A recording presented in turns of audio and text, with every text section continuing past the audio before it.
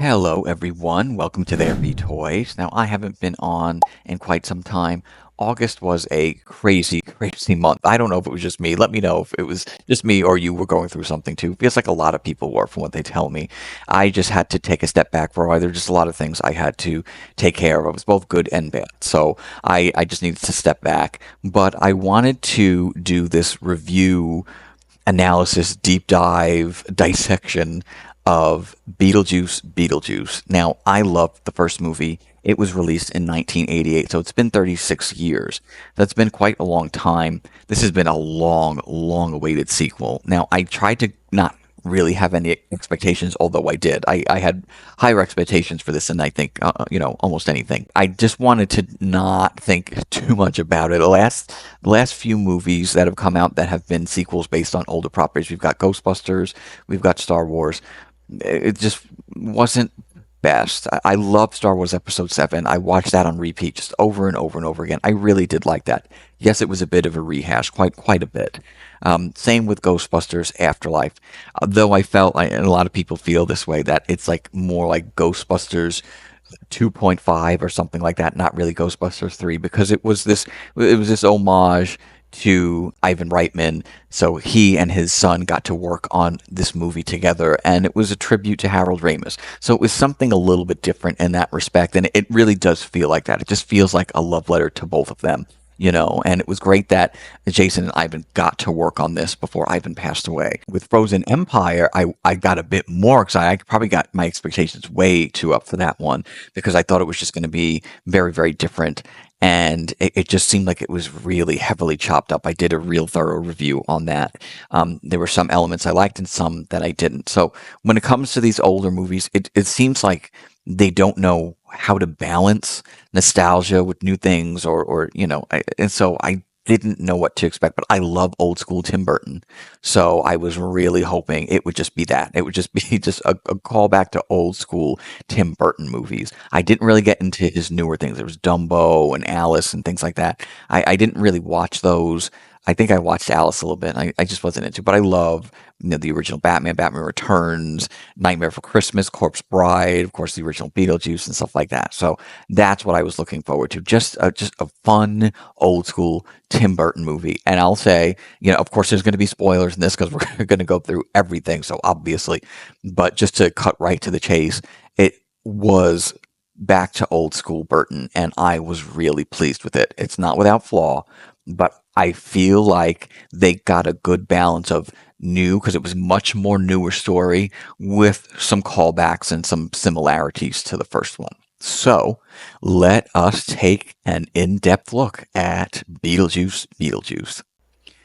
So I stopped watching all of the previews. I really went into this not knowing very much other than the teaser trailer and the regular trailer. Everything else, interviews, anything, I completely avoided. I wanted to go in this not spoiled at all, and it was getting very difficult, especially the last week or two, because I kept seeing things pop up on my feed. But I was able to avoid pretty much all spoilers or anything like that past the two trailers.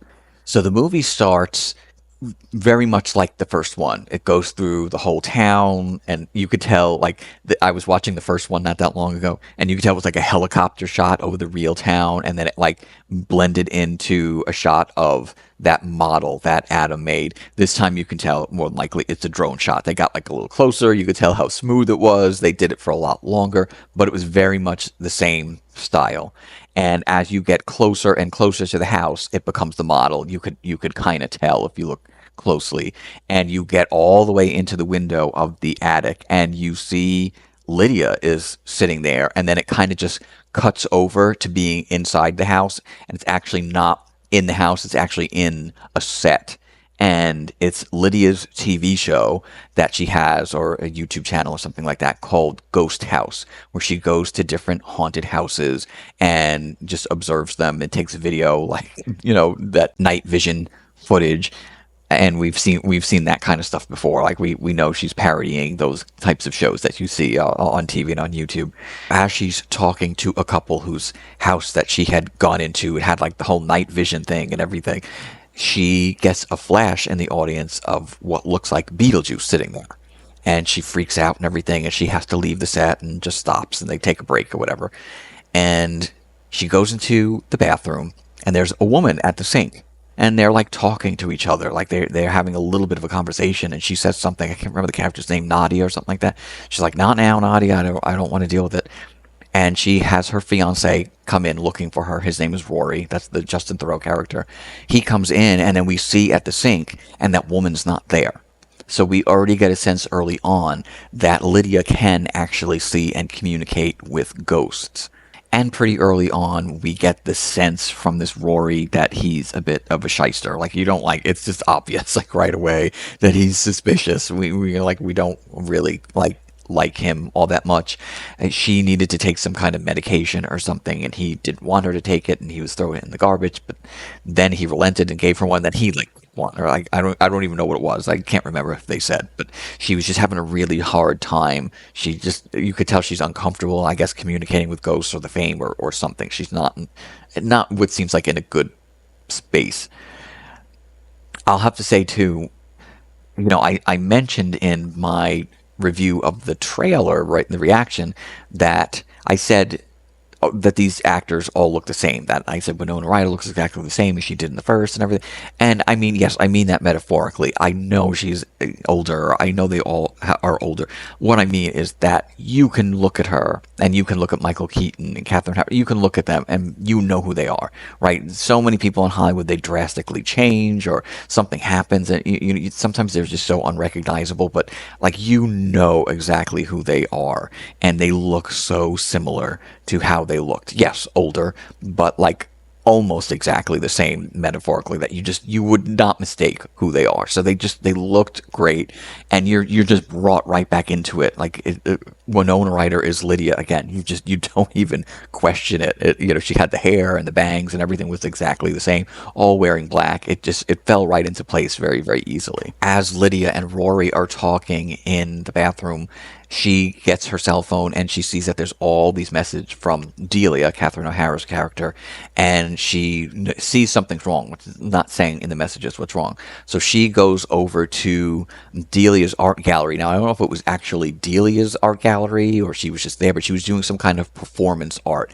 But we get the sense that Delia is a very big, famous artist at this point. And there were all different things on the wall, like performance pieces, like she was projected on the wall and stuff. It was like all wacky stuff. And she was upset. She was sitting there. Lydia asked her what's wrong. And she said that her father is gone. And Lydia said, it was like a joke where Lydia was just like, "Oh my God, he divorced you?" She's like, "No, that's terrible. He's dead." And so that got kind of like a laugh. So when Lydia asks what happened to her father and how he died, Delia told her what exactly happened. And it's told to us in what I guess looked like stop motion. I don't know if those were stop motion puppets or computer animation to look like stop motion puppets. It was done really effectively. It did look like just stop motion puppets, but I'm not sure. It kind of was quick, but it looked so much like stop motion. And so that's how they got around doing anything with the father being there. They just recreated him as a little stop motion puppet, and it was his likeness, so it was his face. And it just showed, the plane crashing into the ocean, and that he had survived apparently, and he was he was afloat on debris in the ocean, but then he got eaten by a shark. Like his whole top half was eaten, and so that was how he passed. So I'll say it was, I don't know, Lydia didn't seem as upset as I thought she would be. Like, she was just like, "Oh my God, that's terrible." Like, I don't, again, I would have to see it again, but she wasn't like distraught. Like, I feel like that's such a tragic death. Delia, I could understand. Like, I kind of expect her to be her, but I felt like Lydia would have been more emotional about it, and she wasn't quite there for it. Like, it was upsetting, but like, she wasn't crying. She didn't shed a tear that I remember or anything like that. Delia is upset because she has to cancel all of her living art performances or whatever that is, and her producer or director, whoever the guy is really upset. So he kind of storms out. The director is all angry, and as he's just walking through the streets, not paying attention, he just falls into an open manhole. Like he just goes all the way. You just hear him screaming, but then his screen is all black, and you see him standing up, and we see that familiar hallway that's in the first movie that Adam and Barbara walk down. So as he's like getting up, he's all confused. He's got a great big bump on his head. We see what's Danny DeVito's character. We don't see his face yet, but the guy is like asking him, and I don't think he spoke English. I can't remember what he spoke, and he's trying to like find out where he needs to go or what's happening. And Danny DeVito tells him where to go, where the waiting room is. So when the director he gets to the waiting room. Of course, there were people sitting there. There was like a line of unalive people who were sitting there, and I think that's where we first see like the burned up Santa, and there was the man like he was in this box of like water, like chained up or whatever, and you just see like all sorts of people, or maybe it was the cat lady. There was like a cat lady, and then there was a guy who had hot dogs all in his mouth. I can't remember which was which, but I know we saw a couple of them like more than once, and it was very much like the first. Not as I don't know. It was not as populated like they were the way they were all sitting around. Everybody was just in line this time. There was like two people sitting, and then there was just a long line of people who got there. I don't know, maybe they're trying to say more people are leaving now than before. I don't know. So rather than having people sitting and waiting, everybody was online. So he got online or whatever and was like waiting.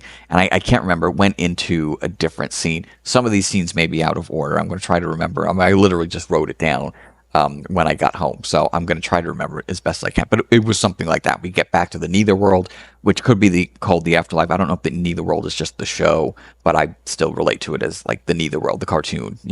But it was very much in the spirit of the first one. We could see like skeletons talking on the phone, like there was like a skeleton operator. It was pretty funny. So it was so very Tim Burton-y. I had like been waiting so long for something like this. You could tell it really was bringing back the first movie and trying to be a little bit different at the same time. So we see the janitor again, Danny DeVito's character, and he is cleaning like just a room. He's listening to a Walkman. Sounded like he was listening to like a Jimmy Buffett type song or something like that. And as he's using this like electric, floor cleaner, something happens where there's just like this bolt of electricity just goes all over the place. He goes flying, and there's like a shelf that says like unclaimed parts or something, like spare parts or something like that. And these boxes get all the electric in them, and they fall and they start opening. And that's all of Monica Bellucci's parts, Beetlejuice's ex-wife Dolores, like spill on the ground. And very much in Tim Burton fashion, like this has been in so many of his movies, the hand is what's alive first. So her hand is a part severed from her, and it just crawls on the ground, and it grabs a staple gun and starts stapling herself back together. And I think it was at this point where you hear Tragedy by the Bee Gees, which was in the trailer. And I loved it. I didn't know that there was going to be a lot of disco in this Beetlejuice sequel. So I guess the first one was Calypso, with Harry Belafonte, and this one was a lot more disco. And I loved it. I loved feeling, the Beetlejuice sequel with disco. Like, who would have guessed that would go together? But I loved it. But I will say, it just kind of went on, and like you see every single staple that she does, like it's just over and every piece of her, all her legs and her, like just everything, her face, her ear. Like, I don't think they needed to go that long with it. Like, I loved it. It was a great scene, but I don't think we need to see every single staple. We almost heard that whole song, just staple, staple, staple, staple. Like, it could have been cut a little bit shorter, but it was funny. I mean, it was cute to see. I just wish that they maybe had shortened that a little bit. So once Dolores is all back together, she goes up to Danny DeVito's character and says, "Where is Beetlejuice?" And he doesn't know. And so she sucks his soul right out of his body, and he just like crumples up like an empty can, and she just like drops him on the floor. So we get the sense that she has some kind of power, and she's going to probably be doing this like everybody she comes across. But that I will say, I don't think she has any other lines in the movie. I think that's all she was saying. Where's Beetlejuice? The scene, where's Beetlejuice? And but it was funny. It was kind of like Monty Python-esque the way it like sort of ended up. I wish there was maybe a little bit more of her, but because I liked it. I mean, I really liked her character. That was it. Like I thought, like she and Beetlejuice were gonna like square off in some sort of way. I'll cut right to the chase. That did not happen. Unfortunately, I was hoping the two of them would really like there would be some kind of thing going on between them, right, where they had to kind of maybe defeat each other. I thought maybe Beetlejuice was kind of going to be like the hero of it. No, that didn't happen. But I could have seen a little more character development with her. But we'll get into that in just a minute. At this point, I had a friend who went with me who was saying like the first bit of it was like a little slow, and yeah, I guess you could say that that's true. But I mean, the movie's 36 years old. There's going to have to be a little bit of exposition, like so that it had to explain Charles. He couldn't be that actor couldn't be in the movie for reasons. If I mean, not they're not good reasons. So he was not allowed to be in the movie. So they had to explain what happened to him, that he had like just passed. Basically, we have to catch up with Lydia and the family and stuff like that. So that did go a little bit slow. After that, it moves pretty quickly. So we see that Beetlejuice is working in an office in the Nether World. He's got the familiar striped suit on, and they're all the shrunken head characters. Now there's a main shrunken head character named Bob, and all of them had all like different names. There was like Al and Ed or something like that. I can't remember, but they had it. They had it at the end. It was kind of funny. But there was all like a whole office full of them, and they're all wearing like the same yellow suit. And so he is just like the head of this like office. I don't even really know what kind of office it was or what he does. I think he counsels new people coming in, or he's in charge of that. I guess he's almost like the new Juno, basically, because she was older. She obviously had passed a long time ago, so there was no Juno. So I think he was kind of like the Juno character. So it may have been around here. I'm not sure. I can't quite remember, but I know Beetlejuice is looking through a newspaper and he sees obituaries and he sees that Charles died. And in there it says survived by, Delia and Lydia. And he says something like, "Oh, now's my chance." And he still has an old picture of Lydia on his desk. So we know at some point he's going to try to like do something or get back to Lydia at some point. So we go to the school where Astrid is at. That is Lydia's daughter, played by Jenna Ortega. And I thought it was going to be that little Miss Shannon school, the little white building that we saw in the end of the first movie. And it was not that. It was just like this big, expensive looking school. And off to the side, you can see a large version of Delia's statue, that like weird, hand looking type statue that she had, like a recreation much bigger. And it says on the side of the building, like the Dietz wing of the building, or the Dietz Art Center or something like that. So you get a sense that like Delia helped build this school, or at least the art part of the school, or maybe it is an art school altogether. I don't know, but that's obviously what it's supposed to be. And there's the scene that is in the trailer, and it was said differently in the movie. It was like the scene where you'll be banging your Pilates instructors or whatever. I can't remember what she said in the actual cut in the movie, but the line was different. They shortened it, or they had a different take, or she said different things. But I noticed that was different. But it wasn't that big of a deal. That whole scene, it was all quick. Like you didn't get to meet any of the other people. It was just about her, and she sees that her mom's trying to call her. It says alleged mom. We saw that in the trailer, and like she doesn't answer. So Lydia, Rory, and Delia are driving up to Astrid's school so they can get her to, let her know about the grandfather. And there's just all back and forth of who's going to go out and talk to her, because like Lydia doesn't want to do it. Rory's saying he wants to do it, but like, they don't want him to. Anyway, it's Delia who gets out of the car. She's in the courtyard and she just starts screaming for Astrid. She's just like yelling, and it's like, Catherine O'Hara is great. Like she stepped right back into that role. It's just so her. It's the people obviously know her a lot from Schitt's Creek. I know her more from the Beetlejuice movies. She was Sally in Nightmare and that kind of stuff.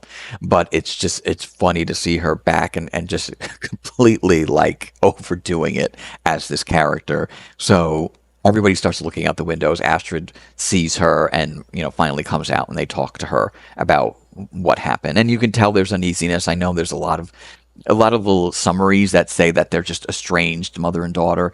I didn't get a sense that it was like that bad, like that they hadn't spoken in years and years or something like that, but that they're just having like difficulty. We find out that their father had Astrid's father had passed away, and so obviously there's a lot of uneasiness around that. So we don't exactly know what happens. And so the funeral scene is plays out just like you saw it in the trailer.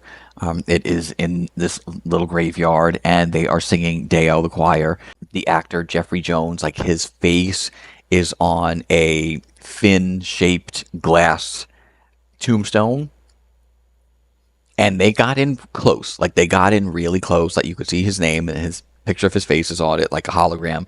I would say Delia was the most broken up about it. She looked like she was like shedding a tear a little bit. Lydia, like not so much.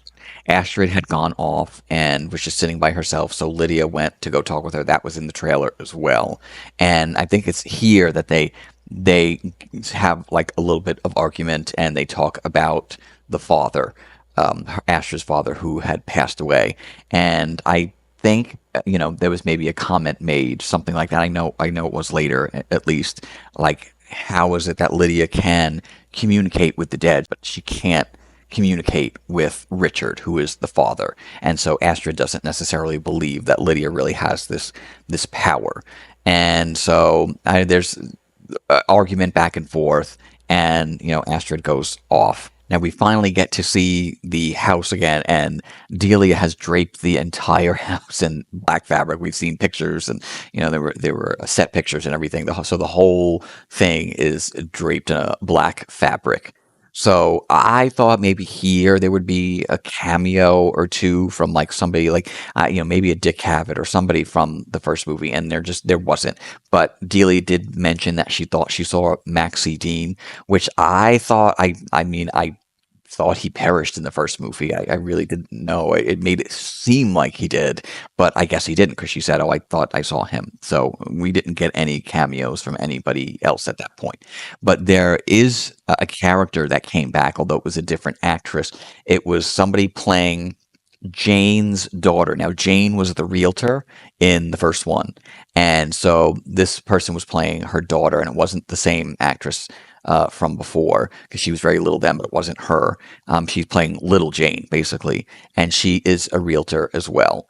So she was there, like, was a different actress, but same character, basically.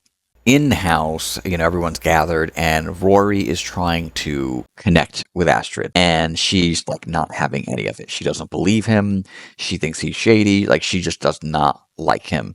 And like, again, she like sort of runs off. So outside is when on the porch, Rory decides to propose to Lydia and wants to get married on Halloween, which is in 2 days, because Halloween is her favorite holiday, which is funny because like that seems so cartoony to me. I think it's mentioned somewhere in the cartoon. Somebody had it. It was like a meme or something like that.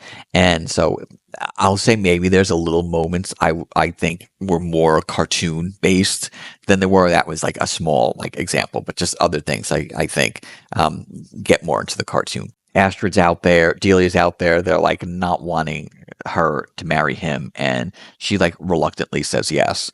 Then Astrid goes off on her bike, which we see that in the trailer. And as she is driving through the town, she almost gets hit by a car. She gets completely like veered off course, and she drives right through a wooden fence and down a hill and hits her head on a tree, which is actually a tree house. And we do see that in the movie as well, in the trailer. And she meets a boy who's in the tree. His name is Jeremy. Now, right from the beginning, I'm like, I just had a feeling about this character. I had a feeling I knew where it was going, especially because she hit her head. And I'm like, I think I know where it's going, but we'll get into that. So they just start talking, and they're up in the tree, and she says, where she was staying at that moment, which was the Dietz house, and he knew all about it, and he knew who Lydia was. And so they're just talking, and he invites her over for like Halloween, and she said she can't because she's got the wedding. but she could come over like earlier. So they kind of planned to like do that. Now I don't remember if it was here. Maybe it was. I know she went in the house with him, in his house. I believe it was right after this part. But she goes in the house and we see he walks in and the mother's there and she's in the kitchen and she's cooking. You don't see her face, like her back is turned to you. He says hello and then he goes past her and then the father is in the living room watching TV and he says hello and we don't he doesn't turn or anything and they just go upstairs. And I'm like, okay, no, something's weird, something's like bizarre here. So she goes in his room and they're like talking and whatever. And she's looking through his things and she notices like all like the music that he has and everything. She's just like, oh, this is all like 90s music, like and stuff like that. And again, I'm like, no, something's up. Something's up with this character. Like, I know where this is going. So back at the Dietz house, Astrid is up in the attic and we see her go through a box and it's marked Richard. And so that's when we see her father. You know, we see pictures of him and everything. I didn't know who the actor was going to be. I didn't know if that was going to be a surprise cameo or something like that. I've never heard the actor before, a good-looking man and everything, but you didn't really know who he was. It was just just a guy. So she's looking through pictures and stuff, and she takes the sheet off the model of the town that Adam made, and she's just like looking at it. And that's when she finds the Beetlejuice flyer that like falls to the floor. So she picks it up and she's looking at it. And Lydia comes up and they're talking. And Astrid asks if Delia made that model of the town. And I think it was around here. Lydia says, no, it was Adam, the Maitlands, who had lived here. And so yeah, Astrid at some points gets mad again. Like, why were you able to talk to some random couple, but you could not reach my father? Like, it's just, they have this argument about it. And she sees the flyer. Lydia sees the flyer and, of course, freaks out because it's the Beetlejuice flyer. She's like, where did you get this? And she almost says the name. And that's when, Lydia starts telling her, like, a little bit of what happened. And Astrid just thinks she's nuts. Astrid just thinks she's absolutely crazy and, like, runs off. And that's when Rory comes up. So Rory asks Lydia what's wrong. And she evidently never told him any of this. So she like just lays it on. She's like, okay, I've got to tell you something. And she like tells him, yeah, there was this crazy demon in this house and blah, blah, blah. And he possessed people and all that kind of thing. Now he like seems like he wants to believe her, but then he just like, this is just your trauma. He sees the flyer and he says the name. He says Beetlejuice 3 times. Well, they get sucked into the little model, just like Adam and Barbara were at first. And there's the big neon Beetlejuice sign with the arrow. And all of a sudden, the ground beneath them in the model just opens up, and they're in this like portal, and it goes right into Beetlejuice's office. That's when they, fall on the couch, which that was in the trailer. When they're in there, and Beetlejuice is all done up like with his little sweater and everything, and he's talking to them like it's couples counseling or whatever. Lydia goes to say his name, but he does like a little thing. It like sews her mouth up like really quick, and so she can't open her mouth. Then there's that scene that you see in the trailer where he says something like, "Who's going to spill their guts first?" And his guts go all over the floor. And then I can't remember what he said, but all of a sudden he like makes Lydia pregnant. Her belly just starts expanding and expanding. Her water breaks. Out comes this demonic, evil baby Beetlejuice. That was the craziest, creepiest thing. I did not expect at all. I had even seen a picture of it, but I just thought, I don't know, like that, like making characters into baby characters is like a thing now. Like I see this all the time. So I did not think that was in the movie, but it did technically get spoiled, but I didn't, not really, because I didn't think that was part of the movie at all. It was the craziest, freakiest looking baby. Then it was just crawling around. Its head was turning backwards and everything. And I can't remember what exactly happens. Beetlejuice scares them like here and there, and Lydia just rips the thread out of her mouth and says "home" like Gina Davis, this character does, Barbara, and they're back in the attic. Now Rory was freaking out the whole time, had fainted, and so he wakes up in the attic. He thinks none of it happened. He doesn't think it was real, basically. And it might have been around here too. I can't quite remember, but Beetlejuice was in the model, and he was singing Richard Marx Right Here Waiting for You, and like it was, and that got a big laugh. And I'll say that's the kind of stuff that I felt like there was more modern, like out of nowhere stuff. I think it may have been in that first scene with Beetlejuice too. Like he did look at the camera a couple of times and either say a line or say something or just like a look at the camera. And again, I felt that was more the cartoon. I felt that was a little bit more modern stuff. You know what I mean? Like this meta, like trying to be meta humor. And so I thought that was interesting that it was a bit different, and especially that thing, like he just all of a sudden went into like a Richard Marx song, and it was so silly, but it got a good laugh. I'll say, like, I went on the second night it opened. I thought we would have like a really upbeat audience, and yet again was the same as like Ghostbusters. Like everyone was just quiet, which I guess I can't complain. So I think it's here like Lydia is like running out of the house. All we hear is this like heavy breathing. It sounds like a guy like with this loud breathing, and it's Lydia coming out. I think that was supposed to be the joke. We thought it was Rory doing the breathing, and out comes Lydia, and she's the one doing the breathing. She walks outside to talk with Delia. She shows her the flyer. She's like, "This Beetlejuice is back," or whatever. And Delia's a little uneasy about it, but like she's like wants nothing to do with it. She says something like, "This is your karma. Like this is this has to do with you. Doesn't have anything to do with me," kind of thing. She just seems a little bit more unfazed. I think they talk about Charles a little bit again. I can't remember, but Delia brings up Lydia's mother as if Lydia's mother passed. She says something like, "Oh, God rest her," or something like that. And that's when Lydia says, "Hey, my mother's still alive," which was a huge shock. I remember I just turned and looked at my friend. I'm like, because in the play, there was the musical, that was the point of why Delia and Charles were together, was that Lydia's mother's was passed, and so we kind of thought that from the first movie. Like it did not ever make that clear in the first movie at all. There's no indication if she passed. We just kind of think that maybe she did, and that's why Lydia's wearing all this black and all that kind of stuff, and doesn't get along with her stepmother and all that. But we find out that her mother's still alive.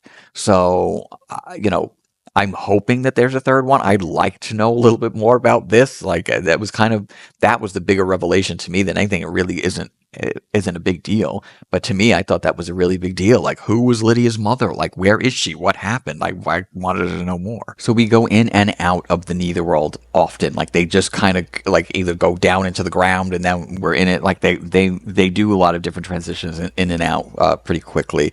And we're introduced to Willem Dafoe's character at one point, Wolf Jackson. He is like the Netherworld detective, or the chief of police or something like that, and he is alerted to the ex-wife being, not escaped, but like that there's somebody on the loose who sucked the soul out of Danny DeVito, because they find like his wrinkled like shell of a corpse, I guess.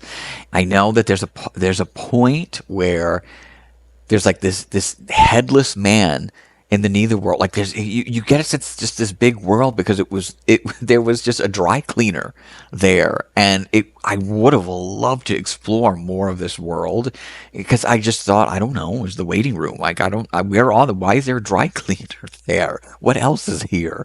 So there's a headless man, and I mean, it's like it's not just the head missing, it is like all, you could see the shoulder bones, like it all was down here and everything, and it was so gross and so weird. And the guy goes into the dry cleaner, and he's like talking, but it's like gurgling, spurting like blood, like you could just understand him or whatever. And it's so gross.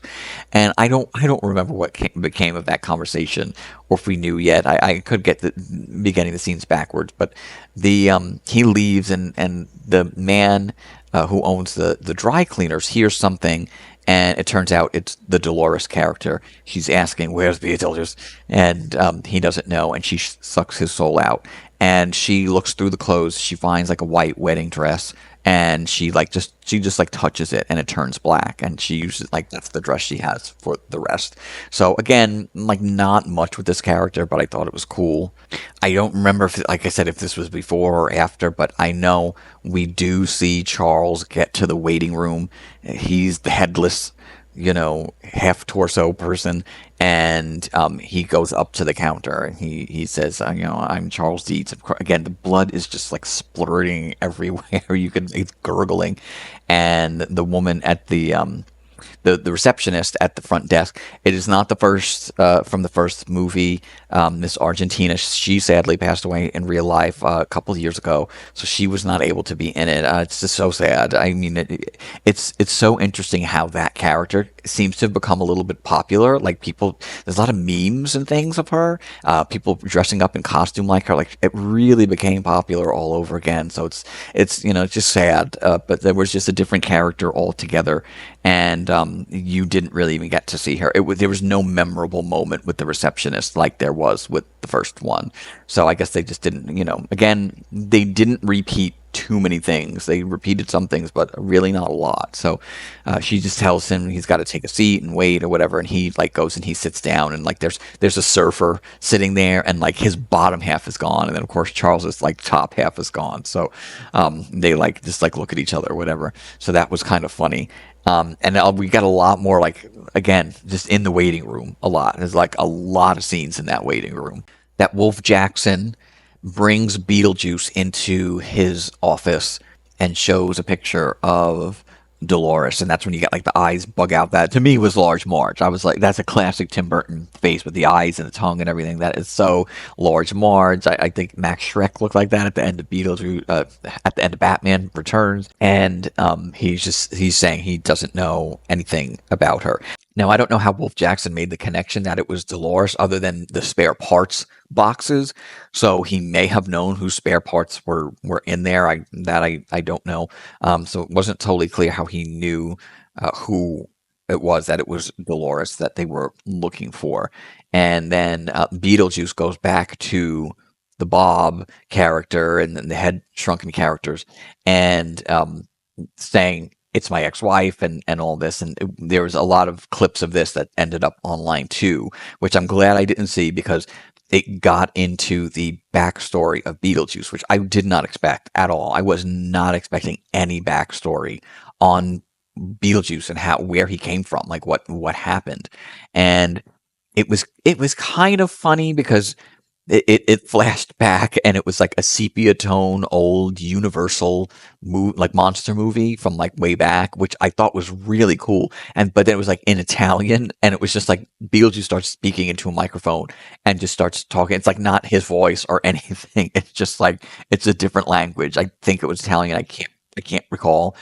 And it talks about how it was like during the plague or something. He was like a grave digger, and you did see him, and Monica Bellucci's character Dolores was just walking through the graveyard, and he like fell in love with her, and they got married. On their wedding night, she had poisoned him, which she made it clear. Like she had him drink first, and then she showed him the bottle, and he's like foaming at the mouth.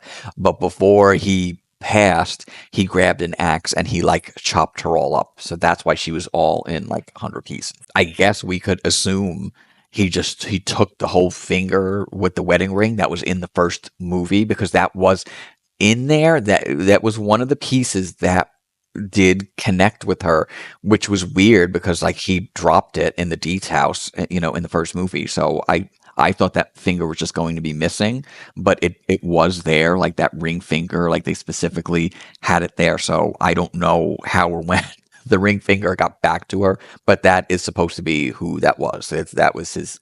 He truly had an ex-wife, and that's who he refers to in the first Beetlejuice movie. I almost felt like this backstory scene could have been a little bit more, like it almost could have been a little mini movie in and of itself, honestly. Like that, maybe they can touch on it more if they do a third one, but like it was with the voiceover and in different language.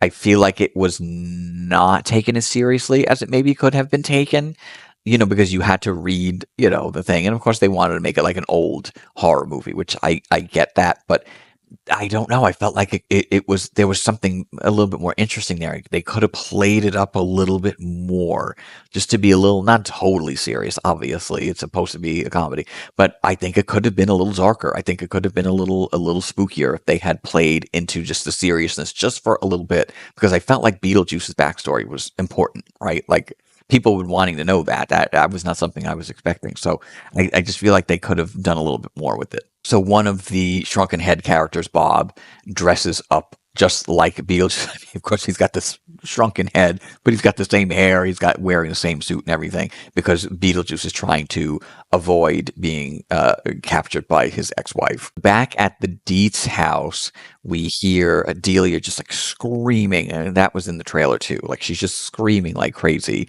And Rory was like picking up boxes for something because they were going to move out of the house or something like that. And he goes running into the house, and Delia and Astrid come running in, and they're just like, "What is going on?" And she's just basically, it was performance art. It was not anything serious. They do. I think Astrid asks about Barbara and Adam and why they aren't around anymore. And so that's when Lydia says something like, "Well, we found a loophole and they were able to cross over." And this is, I guess, where I had my questions because there were a couple of things like with this movie specifically, there seems to be a crossing over, and the Neither World seems to be just it's like a holdover place. I don't know if it's like a purgatory or that kind of thing. That's kind of what it seemed like. That's what I thought, but that may not make sense in a little bit, and I'll get to that. Clearly, Barbara and Adam helped Lydia and helped defeat Beetlejuice. So you would think just from that, if they were in purgatory, why they went to the waiting room and everything, they would have been forgiven and they would have, crossed over right after that. But they still were living with Delia and Lydia and Charles in the house, I guess, for a little bit, from what it seemed. But then that would bring up the question: well, why were Barbara and Adam? Why didn't they cross over immediately anyway? Like, why were they in this sort of purgatory to begin with? So not really clear on that, and not clear why helping defeat Beetlejuice did not get them taken off to heaven or wherever the great beyond or whatever it was. Lydia is when she says she wants to leave the house, and I think that's why Rory had gone into town and gotten like some boxes or something like that, and Astrid doesn't want to go because she made a date with Jeremy. And so Lydia's back and forth, like they're fighting about it. And Delia is like, no, you're supposed to move, like whatever, you're supposed to leave. And then Lydia relents and she's like, okay, you can see him, but then we have to leave after that. It's at this point, too, when Delia shows that she ordered these two snakes and they're asps, and she wants to reenact some like Cleopatra thing with the asp snakes. And she says, "Well, they're not poisonous; they're defanged, so she's going to be fine and not worry about it." It was some kind of thing. I don't know if it's for Charles or something like that, but she wants to perform it this ceremony Halloween night before the wedding. So Lydia takes Astrid to Jeremy's house, and she wants to go in and meet his parents. And Astrid's like, "No, you can't do that. That's like embarrassing. It's grade school. Like, I'll be fine next time." So she lets her out, and Lydia looks in the window and sees Jeremy in the window. So again, I'm thinking, oh, I just wonder. I really do wonder. And so up in Jeremy's room, he decorated all completely for Halloween. Said he had found things in their basement or something like that, and he decorated. And they make like much more of a connection. I can't remember if they kiss or something. I think they do, but they start like slow dancing. And we see that they are off the ground. And when Astrid realizes it, she falls, and then he, like floats down, and she starts freaking out. And that's when he starts telling her that he is no longer alive. And which is what I suspected that as soon as she hit her head. I'm like, I bet she's got a similar power to Lydia, and just that hit in the head like brought it out or something like that. But that would also make sense why Lydia could see him, because he waved to her and everything, and she waved back. So she did see him, not realizing that he wasn't alive anymore, basically. So I know he starts to tell her like what happened, that he was up in his treehouse and he was climbing down. He fell out, he broke his neck, and like that was it. And he shows like he goes like this, and there's like a great big bruise on his neck. So she didn't understand why she could see him. He didn't know why, but he was so happy that he finally found someone that he can talk to. Apparently, he can't leave the vicinity of the house. Like he's stuck there in that area. But he says there's a way that she can help him. And they have like the handbook. There's the handbook of the recently deceased there. So back at the Deets house, Lydia is talking with little Jane, the realtor, and she's all happy that Lydia is finally selling this house and like all that kind of thing. And they're talking about Astrid was at this friend's house and mentions the street. And so little Jane says, "Oh, there's a house on that street I really want to sell, but nobody wants it because it's the murder house." And she's like, "What house was that?" And she says it, and it's the house. It's Jeremy's house.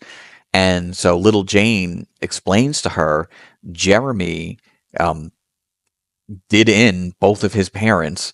And then he was trying to flee the police, and he had fallen out of the tree and had broken his neck and passed. And so they were all gone basically. And so that's when Lydia just starts running out of the house and goes back to where Jeremy's house is. Now, Jeremy drew a door, because that's what, you draw the door and you knock on it and whatever. And before they go in, he tells Astrid there's this spell or incantation or something like that that she has to say before she's able to enter because she's human or something like that. So she says it and they go in.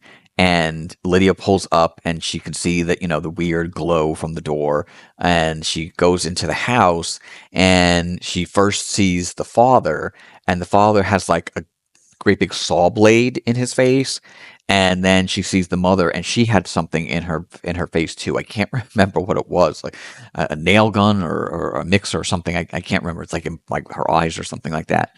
So she runs upstairs, and she's like just too late. Like the door closes, but they left the handbook behind. So she grabs the handbook and she goes back to the Deeds house. So there she's in the attic, and she says, like, "I can't believe I'm doing this," or something. I think this was in the trailer as well. She says Beetlejuice's name 3 times, and that's when you see it like break open, and like Beetlejuice emerges. That he's being all crazy and everything.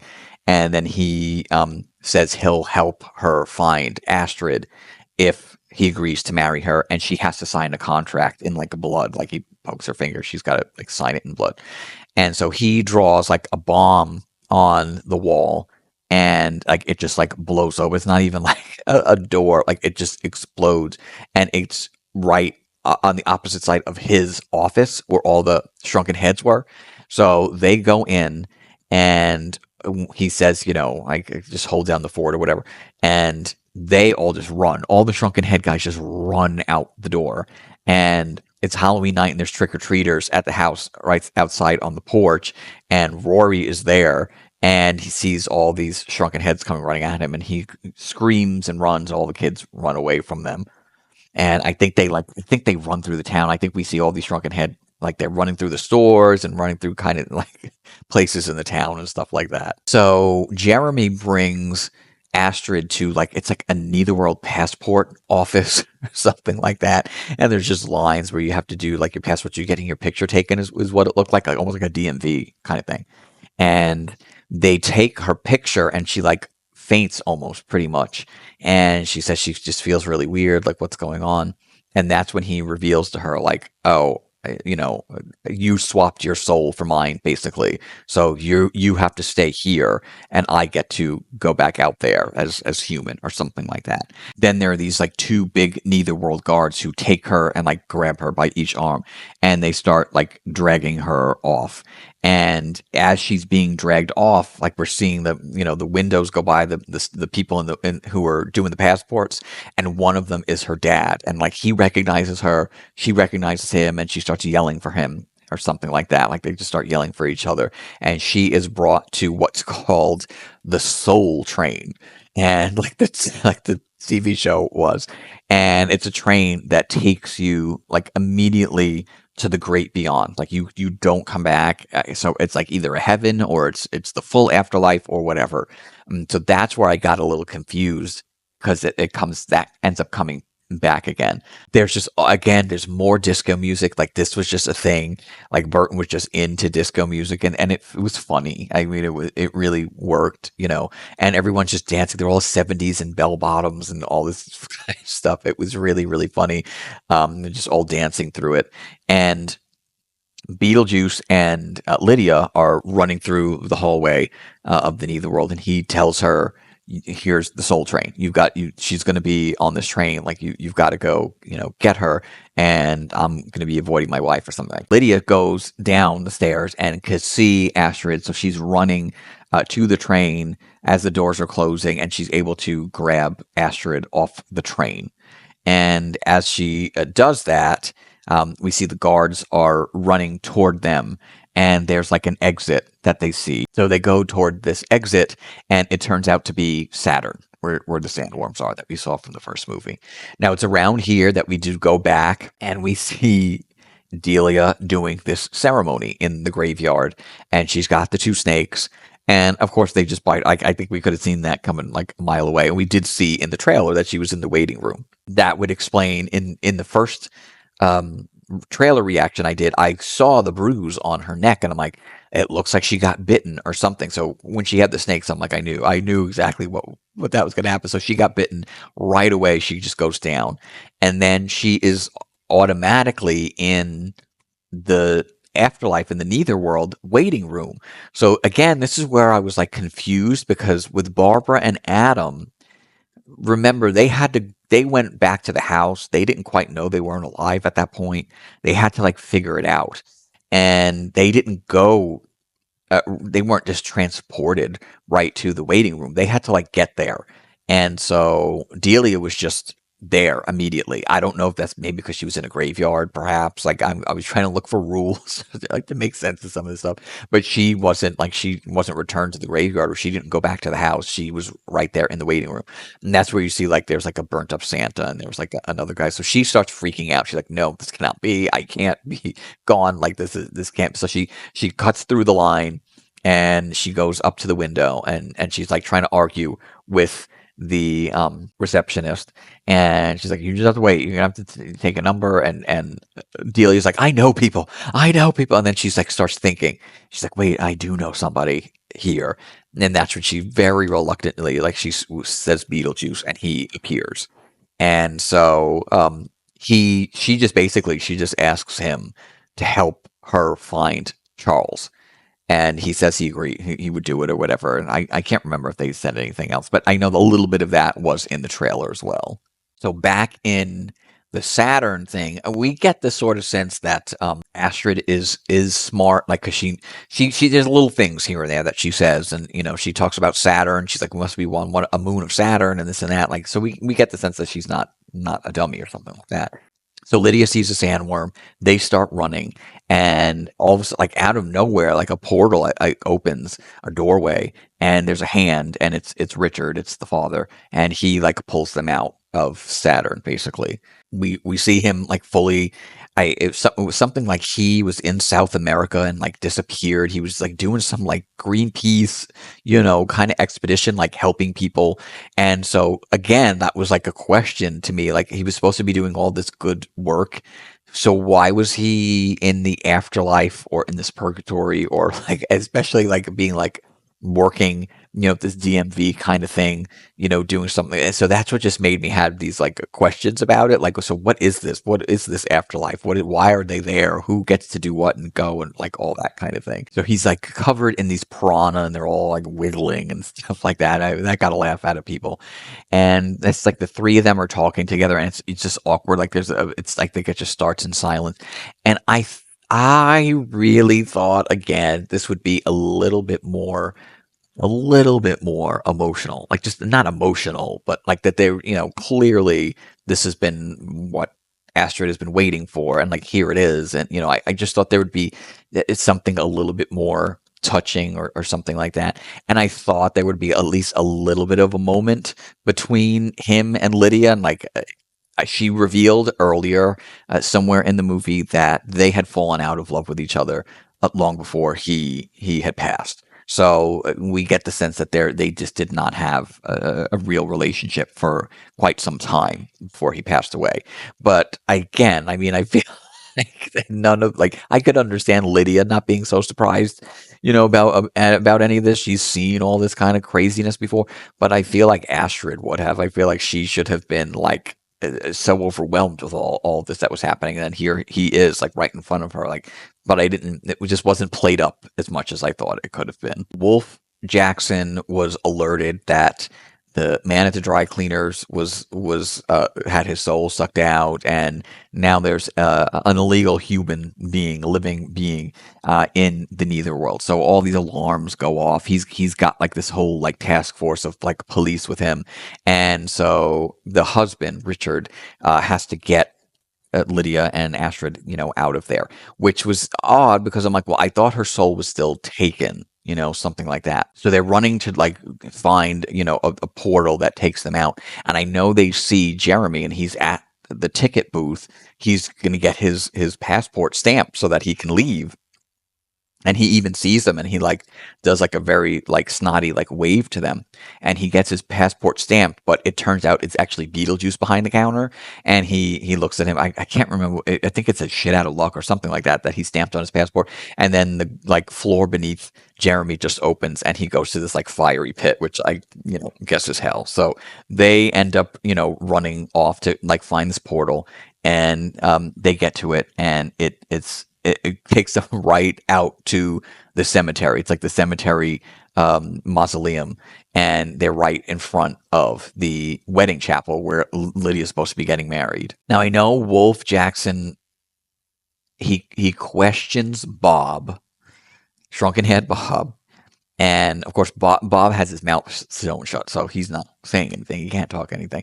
So Wolf Jackson leaves, and Bob is still in there, and Dolores comes in, and she again wears Beetlejuice and sucks Bob's soul out. So Bob is gone, and I would say that probably got the biggest reaction out of everybody. Like people were sad that Bob was gone, like this character, So it was kind of surprising. Like I didn't think they were going to do that. I thought he was going to like start talking somehow or something like that. But now he was gone. I was kind of surprised about that. So Lydia and Astrid go into the church, and Rory's asking, why aren't you dressed, Lydia? And she's like, let's just do this. Are we doing this? Are we not doing this? And he invited like a whole bunch of influencers. He wanted like press to be there and stuff like that. So again, you get the sense that he's like a shyster. He's, in this for attention and for money, whatever.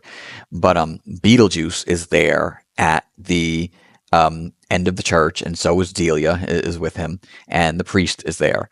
And so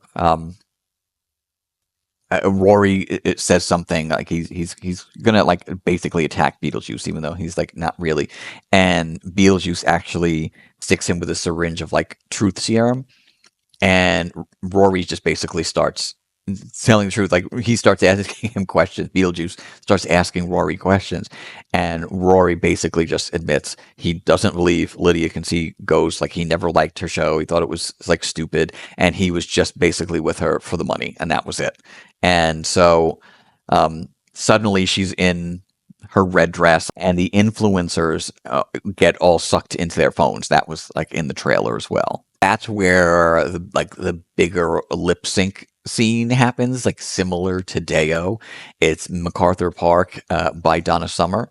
And that's where you see in the trailer, like the great big cake comes out and it starts like flowing all this green goop, and it's like, it looks slimy and everything. And Lydia and Beetlejuice are dancing, and they end up floating. And Delia and Astrid are dancing. They all start dancing around the cake. Rory gets up and just starts like hopping around the place. Like everybody starts dancing basically around the cake. So it was very similar to Deo. Again, it was clearly that's a callback to the first. I mean, we can't say it's not. It's a lip sync number and everything, but different. Different in it's a disco song, and this was just like all disco throughout instead of calypso. And so I think that was good. I think it was cool not to just totally copy, but like throw back a little bit. And this was happening rather than in the middle of the movie. More so, this was happening like at the very, very end of the movie. But it was completely in that style. at that point, Wolf and his police team all break in through the windows and everything, and Beetlejuice just says freeze, and they all freeze in place, like they're all completely frozen. And he starts, the priest starts, talking, and that's when Dolores uh, barges in, and I know that there wasn't any kind of showdown or anything like that. I thought it was going to be really like a big deal, and Beetlejuice starts joking, and he's like, "Wouldn't you rather have this guy?" And it's Rory, and he like pulls off Rory's shirt, and then he's wearing like an "I love Dolores" shirt or something like that, and she's looking at him like, "Yeah, maybe, I might," and like, but they're like arguing over it, and Astrid draws, or she's got the handbook. The handbook was still there, and I guess Lydia still had it with her. I can't remember, but Astrid has the handbook, and she draws a door on the ground and knocks 3 times. Which is, I only thought that worked for people who had passed, which is why I wasn't sure if she had gotten her soul back or what that was all about. Because Adam and Barbara did it, Jeremy did it. I think he did. I don't think she knocked. So I thought only people who had passed could knock and it opens, but she does it. I don't think it was Delia who knocked. Maybe it wasn't. I just didn't see that because she had clearly had passed, but I don't think Astrid knew that anyway. So there was the knock and it opens and there's the sandworm and it jumps out and it's in the church and it's just wiggling all over the place.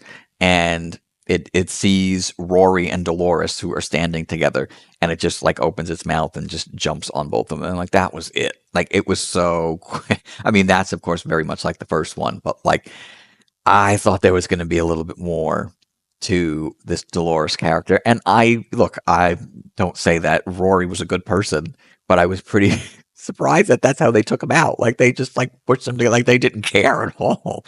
So and maybe he was a jerk, right? But like I was just, I don't know. I was kind of surprised at that.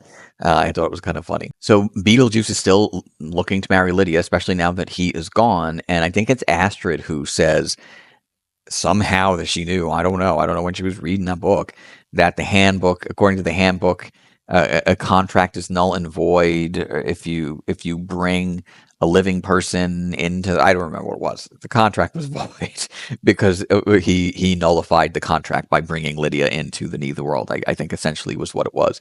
So the contract was gone. Lydia says Beetlejuice 3 times, and he just like expands, kind of like Willy Wonka, like and like blows up. And so Wolf Jackson unfreezes and he starts taking Delia away. And both Astrid and Lydia are like, no, why, and Delia's like, no, I got scammed. And that's when Astrid's like, it was those snakes, wasn't it? And she said, yeah. And so again, I mean, it wasn't like they were just like, they didn't care, but I felt like this should have been a bigger moment because the father was gone. We didn't see Lydia get to deal with it. We didn't get to, Adam and Barbara. We got to know the movie through Adam and Barbara. Like we didn't know them at all. That's just how it starts. And she wasn't necessarily related to them, and we don't see them leave her. So the main one that we see of the cast who has to leave Lydia is Delia, and she's one of the main characters. And I thought there would just be a little bit more, just a little bit of emotion to it, and it wasn't, and even Wolfjack, he's like pulling her away or whatever. I'm like, they could have at least made that a little bit easier, or a little bit nicer, or something like that. So I was kind of surprised. And then I know after that they leave the chapel, and Lydia, it's like a voiceover, and Lydia's talking, and we see back in her set for her show that she's stopping her show. Like she's done, she's done with Ghost House. She's done with worrying about the dead. She wants to worry about the living and stuff like that. And so we see like sort of a montage, and it's Lydia and Astrid on vacation. Lydia's got like the big hat, like kind of how she has in the first movie. And so Astrid sees like a boy. He's on like a tour or something, and they're on a tour, and he's dressed like Dracula. And then the next scene is Astrid and this guy getting married. And then the scene after that is Astrid in the hospital, and she's giving birth, and Lydia's there, and all of a sudden you just hear this sound, this blood curdling sound, and the Beetlejuice baby just pops, just flies out onto the doctor and starts biting them all and just flying around. Oh my God, it was just crazy. It looked so nasty. Then it was crawling up the wall and on the ceiling. I think its head was, like, it was trying to eat a bug or something like that. And then all of a sudden, Lydia wakes up. She's in bed, so it was a dream. It wasn't real. And like she goes, puts her head back down. All of a sudden, Beetlejuice is behind her. He gets up. He's like, "Oh my God, I had the craziest dream." So then she like wakes up again. That was a dream. So then she looks over to her left, and there's just nobody there. And it just like this, so the scene ends. And so to me, I really feel like it leaves it open for a third movie, like for sure. Like I can't imagine that there wouldn't be a third movie. They left that ending a little bit vague. Beetlejuice was not destroyed. We know that. Like, so he's still around, and they did leave it open for that. And I think the very, very end was Delia going to the Soul Train, and she spots Charles. How she knows it's him, I don't know, because he ain't got no head or anything. But she spots Charles, and he comes running over to her, and he's, look what happened to me. And he's like, the blood is squirting all over Delia's face. She's like, yeah, but look what happened to me. And it's just like two little sets of fangs marks on her like neck or whatever. Like, but they're like reunited, and I guess going to the great beyond on the Soul Train because they're there. He was ready to board, and so was she. I assume, I don't know. So again, like they're going right to it. So like, why were Adam and Barbara not allowed to? Why was Richard, the father, not allowed to? So I don't know. That's what made me question, quite a few things.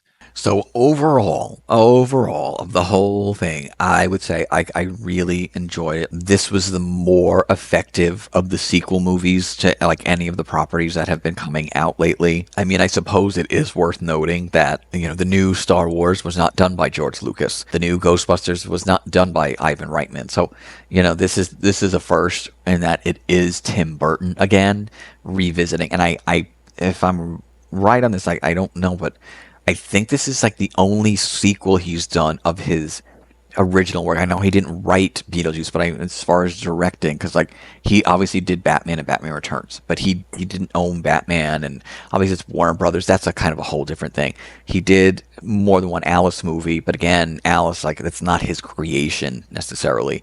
This was, even though like I know there's different writers, Beetlejuice is so much of, it's his stamp of approval on it, right? That it's his thing. So I feel like this is the first he's done a real sequel, but I can't remember. I have to go back and look. I don't think so. I don't think he's done any other sequels of his original work. Like there isn't a Nightmare Before Christmas sequel. That's all his. And what it sounds like, sadly, he never had a good experience working for Disney. And the last thing he did was Dumbo, and he did not like the experience, and he felt like a fool. And it's terrible. I mean, it really, really is terrible. He's brought them so much money. Nightmare's such a big thing now. He's done so much for them, and he did not have a good experience, and it doesn't look like that's ever going to happen. So that's kind of sad. But and he wasn't the director of that, but he created it, but he did not direct it. It was Henry Selick. So I doubt Henry Selick would go over his head and do another Nightmare movie. He doesn't want to seem to do that. But I think it was a little messy. There were little pieces here and there. It was maybe a little too much, a little too. Like I said, I thought the Dolores character could have given more. I think there could have been more to it. It was just a lot of quicker back and forth. It did go quick. I'll say that. This is like these older movies. They want them to be like an hour and a half or like something fast. And I agree, we don't all want to have to sit for a 2-3 hour movie all the time. But when you need a little bit of exposition, that takes a little time, right? And so you've got 40 years almost to catch it. Not everything, obviously, but you want to set the pace, right? You want to like lay the groundwork and revisit the characters. Take a good 20 minutes just like doing that, and then like start getting into the story, and then like the real meat of it. So this is something that maybe could have been a little longer. I've seen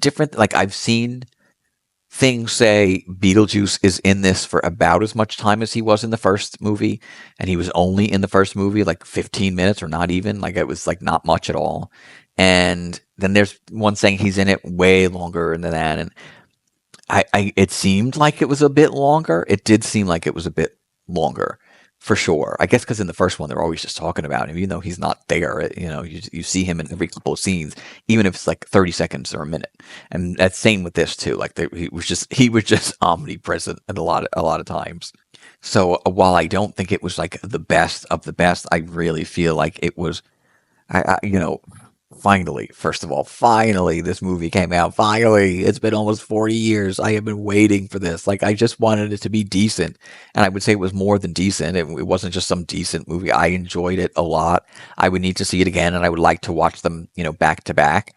The first one for sure, the concept of that story, the couple and they're like learning to deal with the afterlife and everything, that just worked so much better, right? That just the way that all played out, just it was there was a good little story just in that one movie, and so trying to build upon that, it didn't. We didn't have them; they weren't in it. There seems to be like information leaking now that they did kind of want them to be in the scene at the end or something like that, and it just didn't happen for I guess several reasons. But it would have been nice, just see them for a little bit because they were the center of the story, and then like the family was the center of the story, right? It was just like it was a whole lot more. It was just these relationships and things were important, and so it was I think different this time around where I feel like there just wasn't enough sentiment going on, between Lydia and the father, and then Astrid when she finally sees him, and the relationship between Rory and Lydia was not good, and then like I said, Delia was a little bit more broken up about Charles than Lydia was, surprisingly to me. Um, so I think there were just a couple of things that were tweaked, and I think there was quite a bit trimmed out because I think it was different. The people who saw it as a test screening could tell like there was something different. I think I read that they could tell that they trimmed up quite a bit. So I would love to see it, but apparently they're like not, maybe a few deleted scenes here and there. I would just love to see a few deleted scenes. That would be enough. I don't have to see like a director's cut kind of thing. I would recommend it. I really liked it a lot. It was different enough. You can't say that it was a complete copy of the first movie, which seems to be happening to a lot of these sequels, but there definitely are callbacks. The beginning, especially the end, especially, and then the like little things, and that was enough. Honestly, like that was completely enough. I know I see all these like it's just nonsense comments. Is it woke? Is it anti woke? Is it? I just like I can't deal with that crap. Like I really can't deal with people thinking everything is woke and this and that, and but it's not either. It's not either or. It's not woke. It's not anti woke. It really is just it's an old school Tim Burton movie. There's nothing like I don't know. I saw people complaining that there were three female leads and that's woke. And then now they're saying that this is a specific anti-woke movie, and it's not. It's not either of those things. It's just a fun, enjoyable movie that if you want to see Beetlejuice again after 36 years, it's effective. It's more than effective, and I really, really liked it a lot. So hopefully there'll be a third one. I am waiting. If it does well, and it's seeming to do well now, but it just came out though, so we'll see in these coming weekends if it continues to word of mouth gets people to go more. If it, and of course through the holiday, like through Halloween, and which is I think why it's out now. Will it last all the way up until Halloween? Which is of course what I'm sure they're going to stretch it past that. I could see it doing kind of well, where people are like, oh, let's go see this for around Halloween. Will it do better and better as time goes on? And if it does, they'll have it in 3 years. In another 3 years, they'll have that sequel done. It won't be another 35 years. Like Tim Burton said, he'd be 100 by the time he does Beetlejuice 3. But they've left it open. I think they did it on purpose, and I think I have a feeling it'll happen. All right, well, I will see you all next time.